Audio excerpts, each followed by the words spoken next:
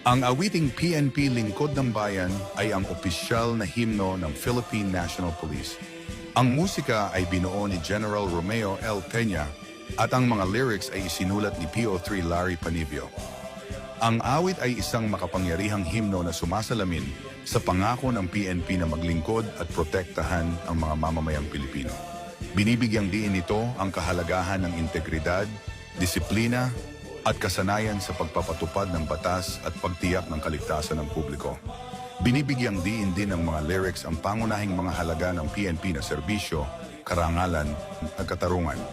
Ang awit ay madalas na pinapatugtog sa mga seremonya ng pagtataas ng watawat ng PNP at iba pang opisyal na mga kaganapan. Nagsisilbi itong paalala sa misyon ng PNP at ang kahalagahan ng papel nito sa lipunan.